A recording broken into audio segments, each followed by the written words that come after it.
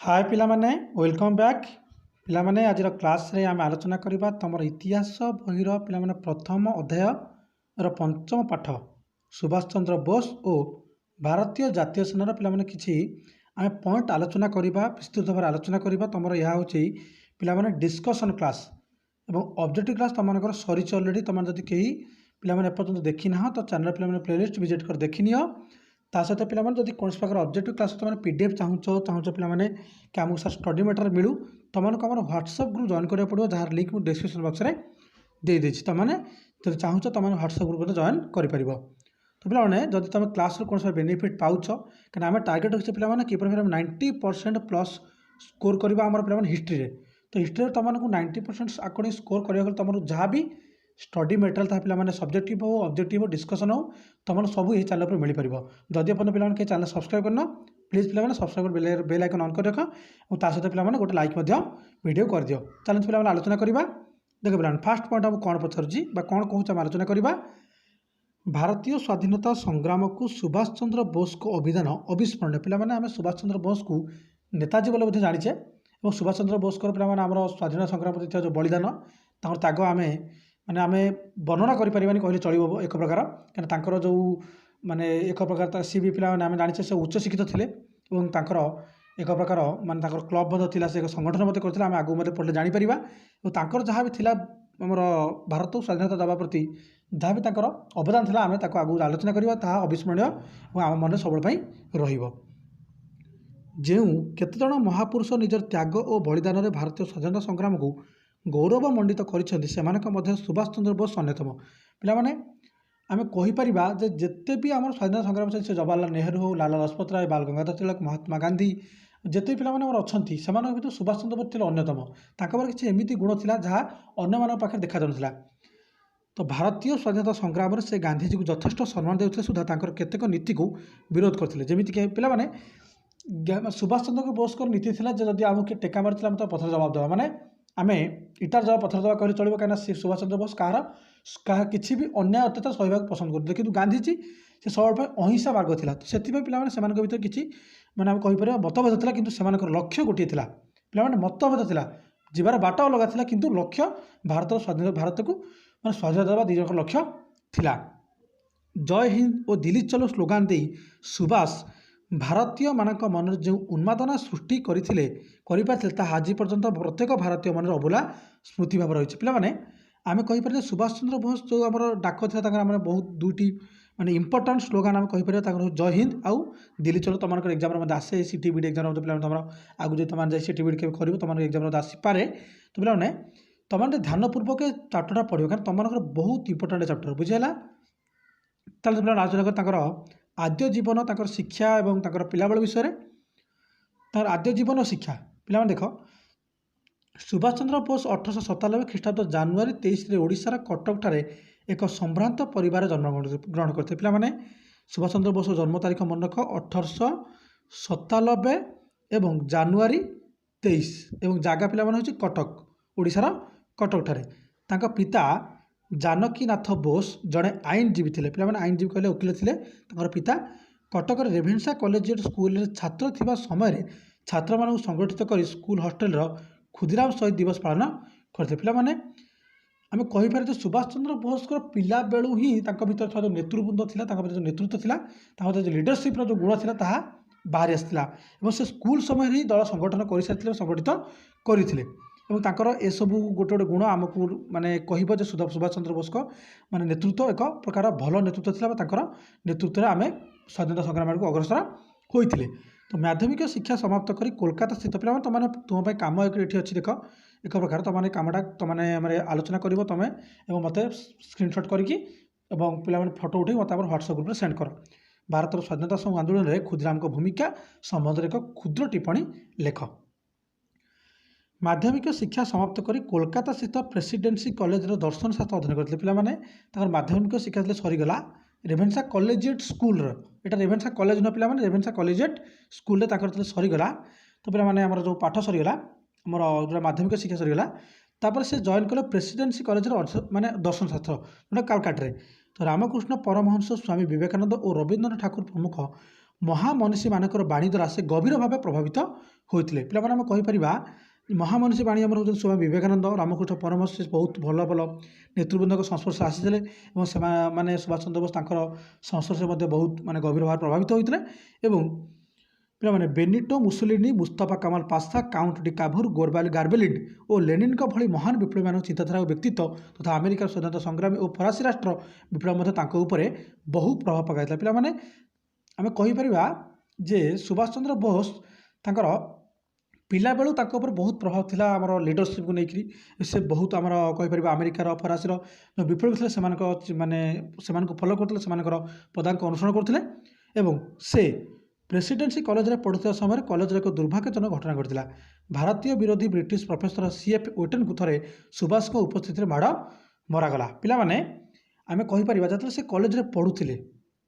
ଦଶମ ଶାସ୍ତ୍ର ପଢ଼ୁଥିଲେ, ସେ ସମୟରେ ଆମର ଯେଉଁ ଥିଲେ ଆମର ପ୍ରେସିଡେନ୍ସି, ସେ ମାନେ ପଢ଼ିବା ସମୟ କଥା ପଡ଼ିଛି ପିଲାମାନେ, ବ୍ରିଟିଶର ପ୍ରଫେସର C.F. ୱେଟେନ୍ ଆମେ କହିପାରିବା ସେ ବ୍ରିଟିଶର ପ୍ରଫେସର ଥିଲେ ଏବଂ ସେ ସୁଭାଷ ବୋଷଙ୍କ ଉପସ୍ଥିତି ତାଙ୍କୁ ମାଡ଼ ମରାଯାଇଥିଲା। ଏହି ଘଟଣାର ସୁଭାଷ ଆକ୍ରମଣକାରୀଙ୍କ ନାମ ପ୍ରକାଶ କଲେ ନାହିଁ କି ନିଜକୁ ନିର୍ଦ୍ଦୋଷ ବୋଲି ମଧ୍ୟ କହିଲେ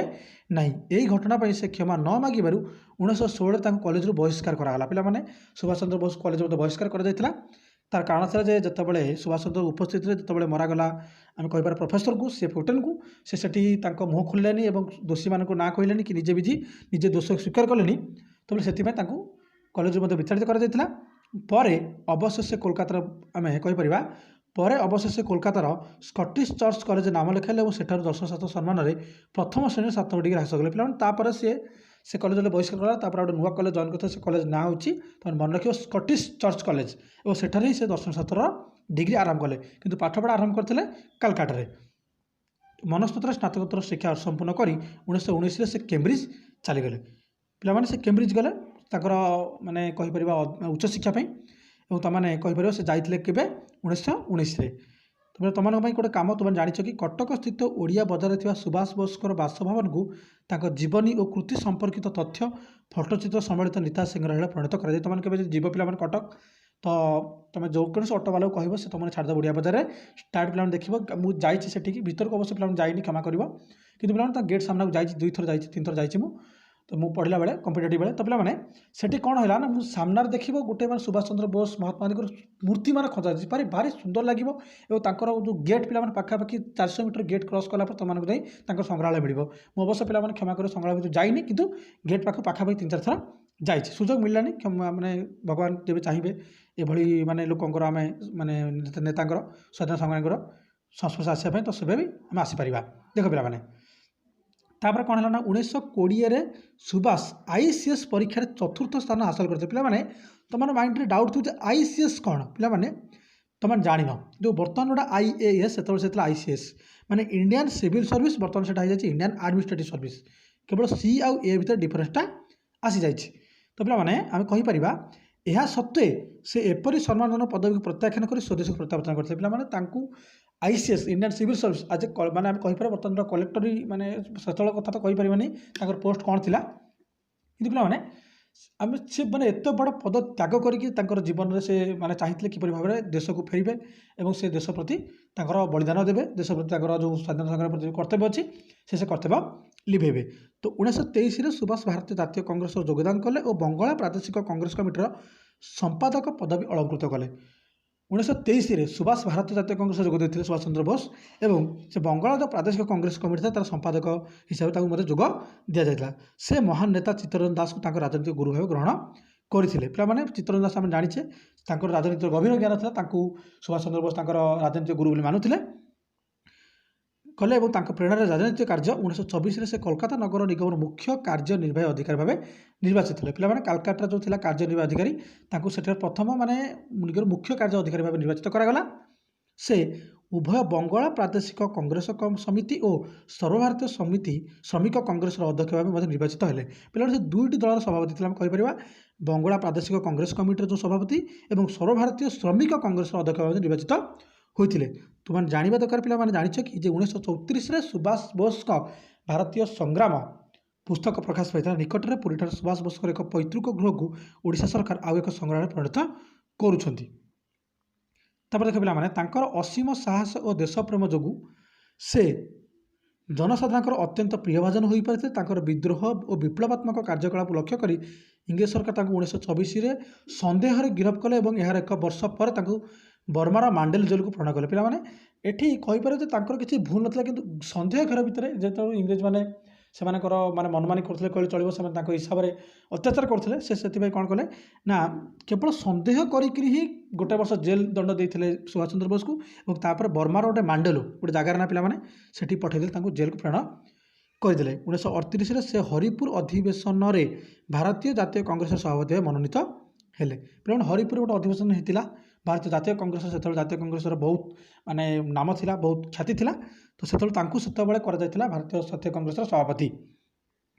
केबे करथिला 1938 एवं को अधिवेशन हरिपुर अधिवेशन 1939 गांधीजी विरोध सत्वे से त्रिपुरा अधिवेशन में सभापति होते किंतु यही अधिवेशन परवर्ती समय गांधीजी सह मतभेद होबारु सुभाष चंद्र कांग्रेस त्याग कर 1939 मैंने कहीपर पे 1939 मे 3 तारिख में फरवर्ड क्लब नाम गोटे नूतन राजनीतिक गठन कले। पे गांधीजी सहित टी मैंने मन माली ना मतभेद था कि लक्ष्य एक भारत को स्वाधीनता देवा तो माने जो चिंताधारा भर डिफरेन्स था ये चाहूला अहिंसा और ये चाहूला आम मैंने कौन कथार जवाब को आम जवाब सहित देवा पे दुईट भर डिफरेन्स सकाशे से मतभेद था और से गांधीजी जो मैंने मतभेद देखुले सुभाष बोस सहित से सुभाष बोस कौन कले आमर इस्तफा देले भारतीय कांग्रेस दल सभापति पदर और मे 3 तारिख में फरवर्ड ब्लॉक नाम गोटे नूतन राजनीतिक दल गठन करते। तुम पे काम पिला रहा गांधीजी और नेता मध्य राजनीतिक संपर्कर उदाहरण से एक विवरण प्रस्तुत कर और मत फोटो उठे स्क्रीनशॉट देकी पे ग्रुप रे सेंड कर। देख पे 1940 जुलाई 2 तारिख में सुभाष चंद्र बोस गिरफ होते और इंग्रेज सरकार द्वारा कोलकाता निजर बंदी रूपे रही है। सुभाष चंद्र बोस गिरफ केबे कर मन रखिए 1940 जुलाई 2 तारिख में सुभाष चंद्र बोस गिरफ होते और इंग्रेज सरकार द्वारा कोलकाता नजरबंदी कर रखा माने जेल नुह कि कोलकातार जो थे कहीपर जो इंग्रेज जो माने थे सैनिक मैंने नजरबंदी कर रखते। तो 1941 भारत इतिहास एक दुस्साहसिक घटना घटी भारत बाहर रही भारतर स्वाधीनता लड़ाई करने उद्देश्य सुभाष उक्त वर्ष छद्म बेश भारत परित्याग कले। पे एटू भारत से पलैगले छद्म बेश और छद्म बेश जाते पे आम कहीपर जो छद्म बेश धरते से धारणा था मुसलमान बेश तो बही जो पे आगू लेखा थी देख से चाहिए किपर भाव भारत को स्वाधीनता करे से जेहेतु ये मैंने नजरबंदी होते कौन कार्यकलाप करें तेणुक से छद्म बेश पलैगले बाहर किपर भाव भारत को स्वाधीनता संग्राम में जोग देपारे स्वाधीनता संग्राम में सहयोग करेंगे से विषय चिंता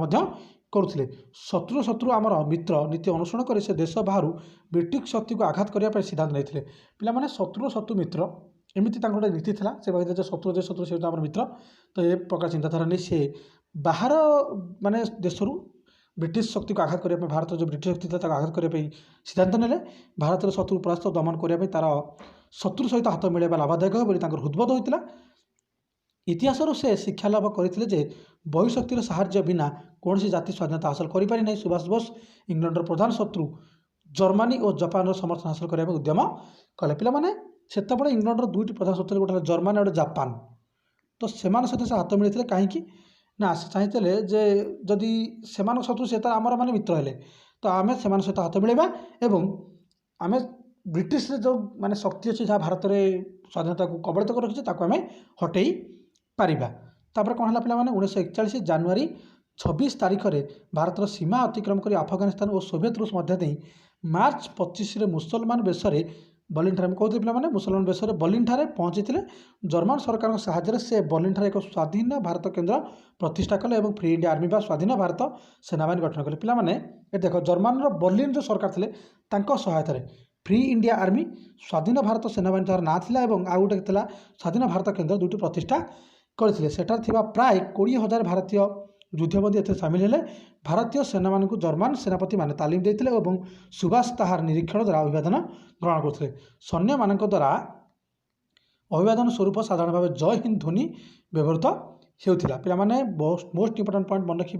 जय हिंद ध्वनि था सुभाष चंद्र बोस अति स्मरणीय हो रही आमर एबी पे आमर बोध हुए 15 मिनिट पाखापाखि हो पे 15 मिनिट पाखापाखि हो गला आम यही पार्टे यही दुईटी पेज आलोचना करवा जो पे 3टी पेज रहा आम नेक्स्ट पार्ट आलोचना करवा। पे जदि कहीं पूर्व क्लास वीडियो देखी ना तो चैनल पे प्लेलिस्ट अच्छी विजिट कर देखी नि और सहित पे तुमने